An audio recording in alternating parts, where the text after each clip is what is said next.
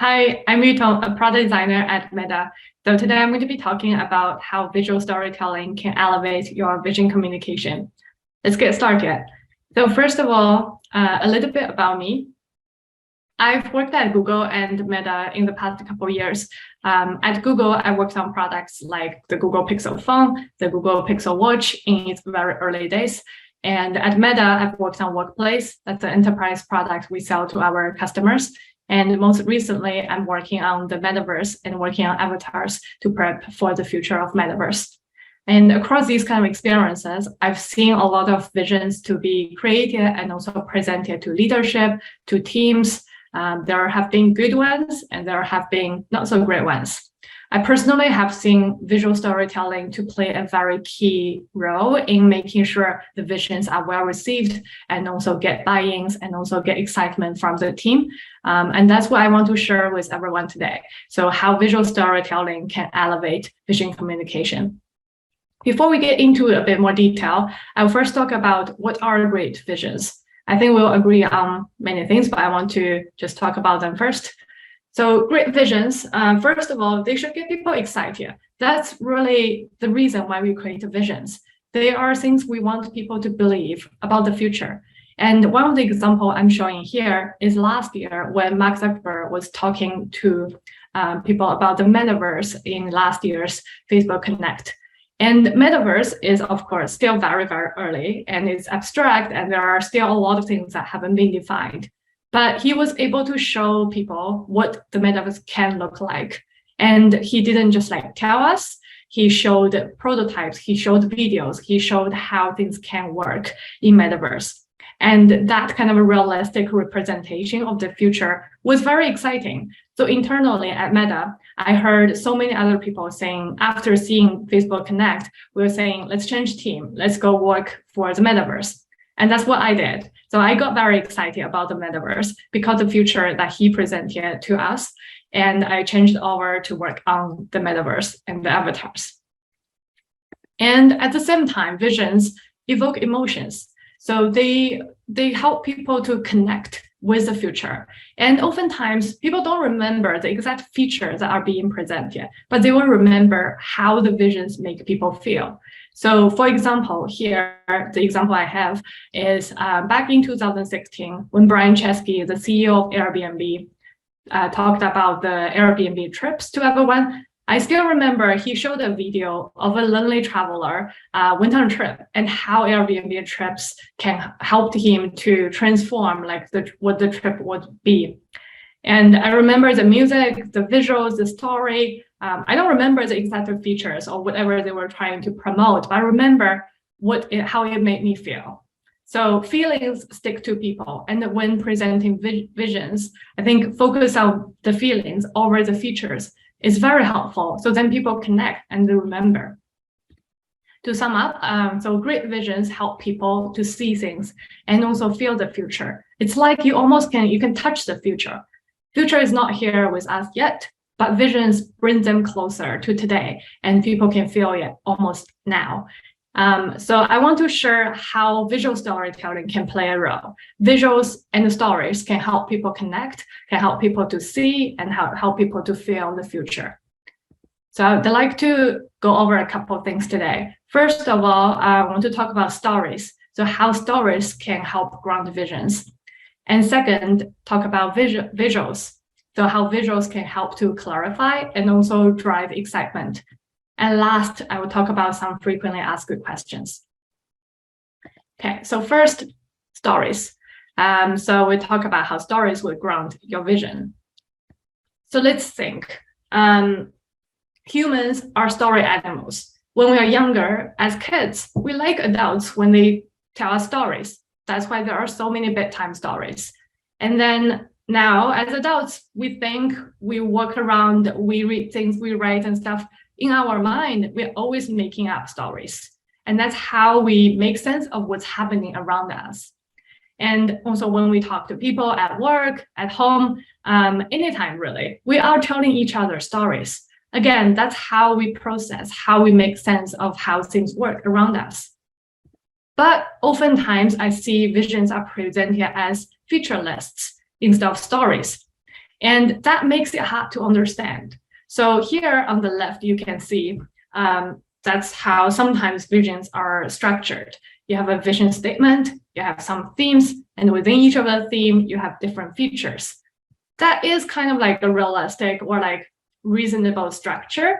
But after you present it to other people, oftentimes what they remember is only a couple parts and pieces.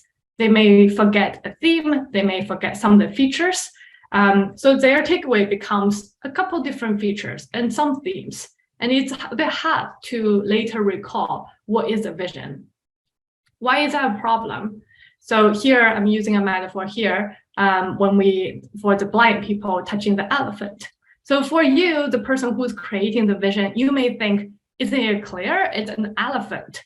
It's a whole big picture, right? Because you're so close to the vision.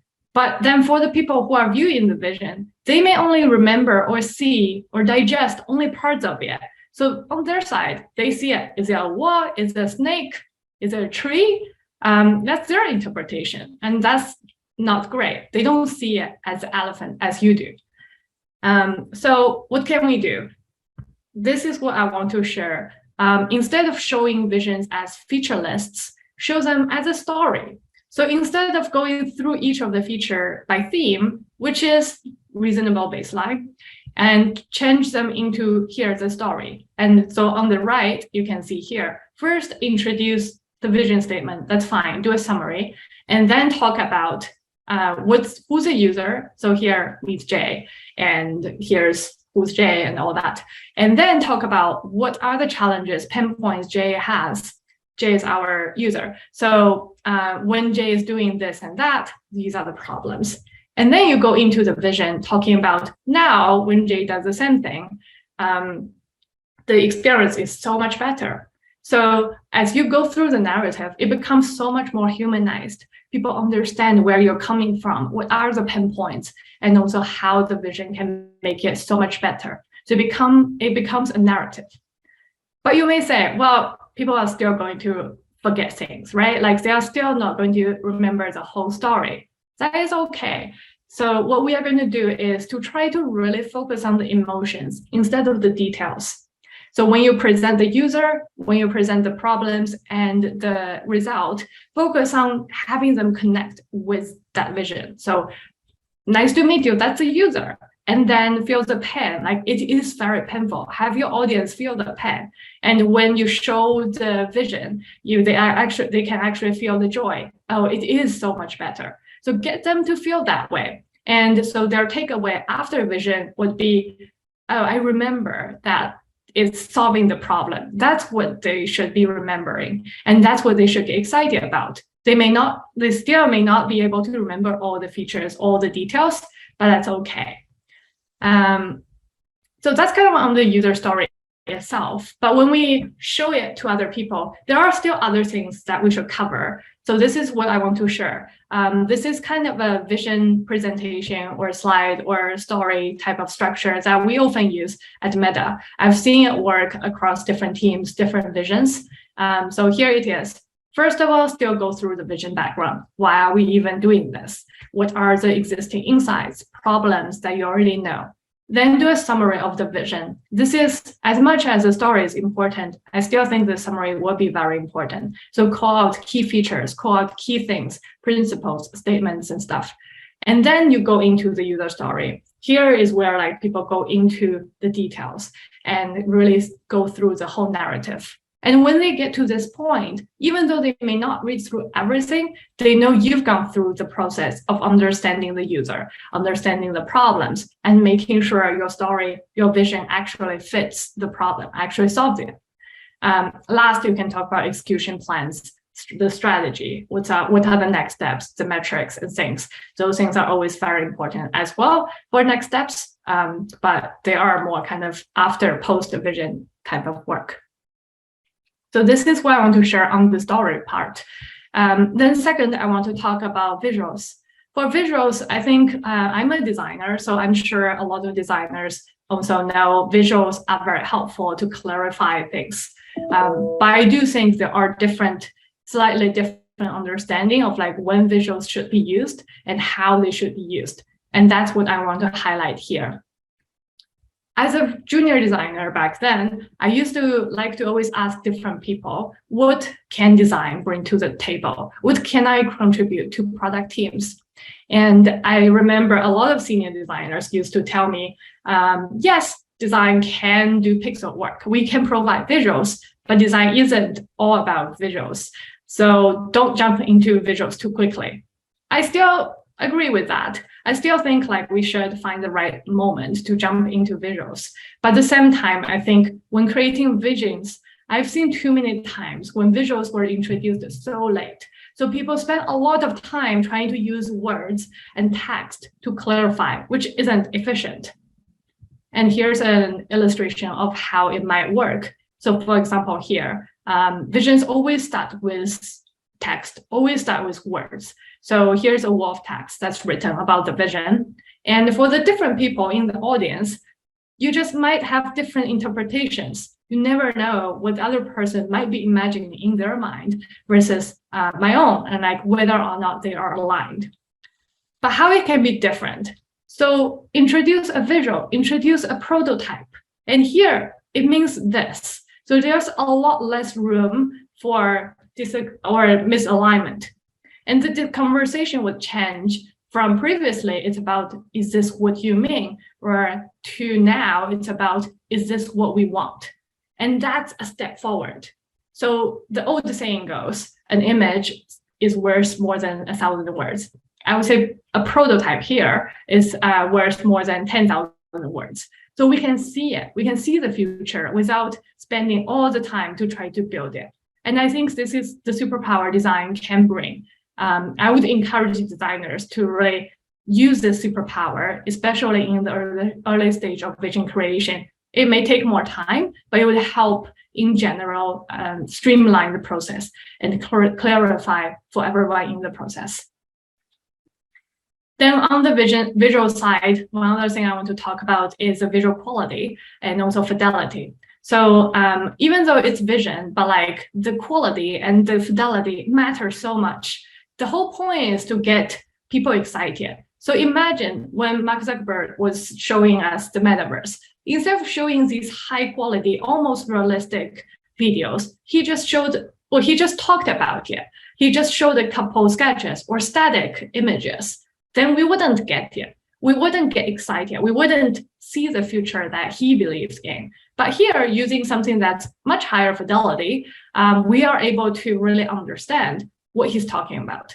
And that's very important. And I think like spending the extra time when crafting the vision to bring the visual quality higher and also adding more fidelity is very important and also efficient in the long term, even though it may seem in the beginning it takes longer. Now, I'll move on to the third part. So frequently asked questions. I'm a strong believer of visual storytelling, and I keep tell other people of the topic. So I've heard a lot of different questions that may come up in the discussions, and you might have some of the questions too. So I'll just go over to address some of the questions and comments. First one, so when I say, well, you should create a holistic user story, sometimes people would say, but we don't have enough insights to create the whole story. What should we do? We all know, like for any product vision or really building product in general, we have to understand first. So yes, we know like user insights are important, but I would say like sometimes when teams try to move fast, there are times we don't have enough insights. And in those cases, if you do have time, spend the time, do the research. Otherwise, we'll end up building products for ourselves, which is never good. But there are also other times, especially in large companies, you just don't have the time to do the research. Leadership says, we need a vision, and you have to do it. And then what do? There must be some insights you can leverage. Otherwise, I don't think there'll be a trigger to say why a vision. So leverage that and then make best guesses. But make it super clear after you create this first round of vision, it needs to be validated. It needs to be tested. There are hypotheses that you're putting down, and it needs to be proved with real user insights. That needs to be made clear. By this stage, you can make best guesses just to make sure the conversations are moving forward. Second question. So or more of a comment, user stories feel so cheesy. Yes, sometimes they get cheesy. And then also leadership, they're so busy. They don't have time to read through everything anyways. Why bother? It's just a lot of more time spent, right? So in my mind, I think cheesy, but so what? Like it does a job. It helps to connect people. It grounds everything. It humanizes the problem we're trying to solve and the products. And so we can all relate. So as cheesy as it may be, it's still worthwhile to do it. So then people all get the point. And from the leadership point, yes, they may not have all the time to read through the whole thing. But again, first, like it helps to at least go through the process, even for yourself. So when you're creating the ideas, you may think these things all make sense together. But going through the process of creating the user story can really help you see where are the gaps and where are some of the ideas actually they're not solving the problems. So go through that as much as for others as for yourself. And then for the leaders who may not have much time, summarize for them. And that's where the vision summary is so important. Summarize like the key points so then they can glimpse through and then they can get the point. Now, third question, what if I'm not sure what exact features I should add into the story? That's totally fine. What we mentioned already is focus on the emotions, focus on how you want people to feel. You want them to feel like, feel the pain, feel the joy, feel the transition. So that's what you should be focusing on. Exact features you can figure out later. Once you have buy-in, once you have excitement, you will have more time and more people, resources to work on the exact things. Next one. So this is more on the designer side. It seems a lot of work to do all the illustrative mocks, and later on you have to redo them, redesign them anyways. Why spend this time? So I would say, yes, it can be a lot of work, especially if you're trying to bring up the fidelity, create prototypes and things. That's, yes, a lot of time spent. But really think about your goal. If the vision is to get buy-ins, get excitement, then that's time well spent. It's probably the most impactful thing you can do at this stage. Everything else can wait. If you don't get buy-ins, you don't get people excited, there's no next step. So do spend the time if you have the time. Now, related to this, as we mentioned, does visual quality matter? Yes, of course. Yes, that's what I mentioned. I've seen so many designers tend to be like, let's move fast. Let's do something just to illustrate the point and not to polish. It works sometimes if the whole team understands the visuals and the concepts are going to get better in the next step. But oftentimes when team is large, others don't understand. They see what they see and they think that's what you are proposing. And if it's a lower quality, they're not going to get excited. So I would say if you have the time, make sure there is a craft, there is a quality that would get people to say like, this is what I want. I want it today. And I think that there's a lot of payoff by spending that extra time in the beginning. And after you create the mocks, this is what oftentimes that happens. People keep asking about some details in the illustrative mocks. What should you do? Make it very clear to them, visions are not specs. I think too often, especially coming from other functions other than design, people get caught up on details. They may ask about one specific interaction or this visual, this icon even. Make it clear to them that doesn't matter. Like we will change them. We will make them better. You can provide feedback. You can ask questions, but I may not have answers. And that's not a problem because that's not the point at this stage. So those are some of the frequently asked questions that I would hear from others when I talk to them about this topic. And now I will circle back just to remind ourselves, the great visions help people see and feel the future. You can almost touch it. And what I want to say here, really just one takeaway is visual storytelling can help. So don't just tell the vision, paint the story of the future, show them what it can be. So then people understand that's how much better it can be and why we're doing it. So that's my talk today. Thank you.